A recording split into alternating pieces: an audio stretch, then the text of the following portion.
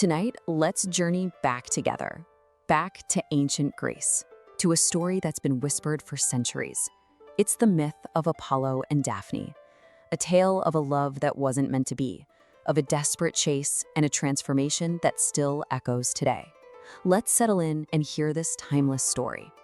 So, find a comfortable spot, let go of the day, just for a little while, and if you'd like, close your eyes and just listen. Our story begins with a god, the radiant Apollo. He was the god of so many things: the sun, music, art, even prophecy. He was one of the mighty Olympians, truly a golden boy of the pantheon. He was brilliant. He was talented, just as bright as the sun he drove across the sky. But like so many powerful figures in these old stories, he had a flaw, and his was pride. See, he had just accomplished this incredible feat, defeating a massive serpent called Python, and he was feeling pretty invincible. He thought he was the best at everything, and I mean everything. And in his arrogance, he made a huge mistake. He turned to Eros, you might know him as Cupid, the little winged god of love, and he basically laughed at him. He mocked his little bow and arrows, saying things like that were for real warriors like himself.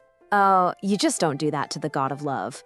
Eros was, of course, furious, and he decided it was time to teach the great Apollo a lesson he would never, ever forget. And this is where our story really takes a turn. Because Eros' revenge wasn't just about punishment.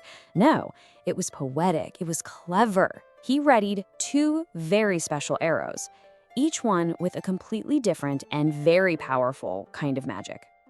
The first arrow was made of shimmering gold. Its tip was sharpened to inspire a mad, passionate, all-consuming love in whoever it struck. That one, he shot straight into Apollo's heart. The second arrow was, well, it was the complete opposite. It was blunt, made of dull lead. Its magic wasn't to create love, but to create a deep, unshakable disgust for it. And that arrow he aimed right at a young nymph named Daphne. Now, who was Daphne? She was a spirit of the woods, a nymph and the daughter of a river god. More than anything in the world, she just loved her freedom. She wanted to run through the forests forever, beholden to no man, no god, no one. So you see, that lead arrow didn't really change who she was. It just took that deepest wish to be free and made it absolute, unchangeable. And just like that, the tragic scene was set. The moment Apollo laid eyes on Daphne walking through the forest, it happened. The gold arrow's magic ignited, and he was filled with this overwhelming, uncontrollable love. He felt he had to have her. But as he moved toward her, filled with what he thought was pure love, she ran. She was horrified by his advance, and Apollo, completely blinded by the spell, just couldn't understand it. He called out to her, "Wait, I'm not an enemy, I love you." But of course, his words meant nothing to her. To Daphne, he was a cage. The chase went on, deeper and deeper into the woods. You can almost hear it, can't you? The sound of leaves and twigs snapping underfoot as she ran for her life. And he, a god, pursued her relentlessly. She was fast, but he was a god. Her strength was starting to fade. She could feel his breath on her neck. He was getting closer, closer. There was nowhere left to run. How could she possibly escape? She was exhausted, terrified, and with her very last bit of strength, she cried out. She called out to her father, Peneus, the river god. "Father, help me!" she cried. "Change me! Take away this form, this beauty that has caused me so much pain."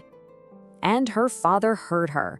Just as Apollo reached out, his fingers just about to brush against her skin, the transformation began. A strange numbness spread through her limbs. Her feet, they began to sink into the ground, growing into roots.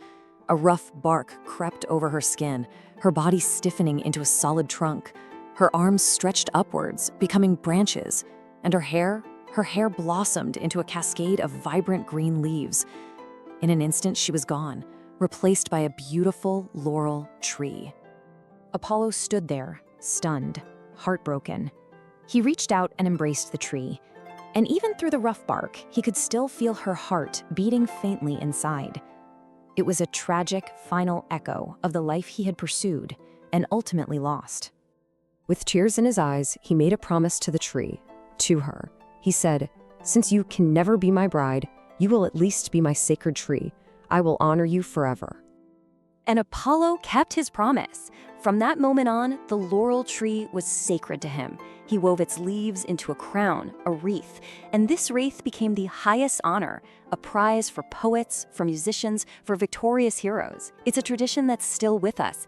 Anytime you hear about a poet laureate or the saying, resting on your laurels, well, that all comes from Daphne. And that became her legacy. A painful chase, a desperate plea, transformed into a symbol of victory and honor. It's a story that shows how something beautiful and eternal can sometimes be born from great sorrow. So as you rest tonight, maybe think about that. Think about this ancient story and what it tells us about love and about freedom, about the lines we draw and the choices we make. It's amazing how a story so old can still have so much to say. Rest well now. Let the story settle, and I'll be back tomorrow with another one. Sleep peacefully.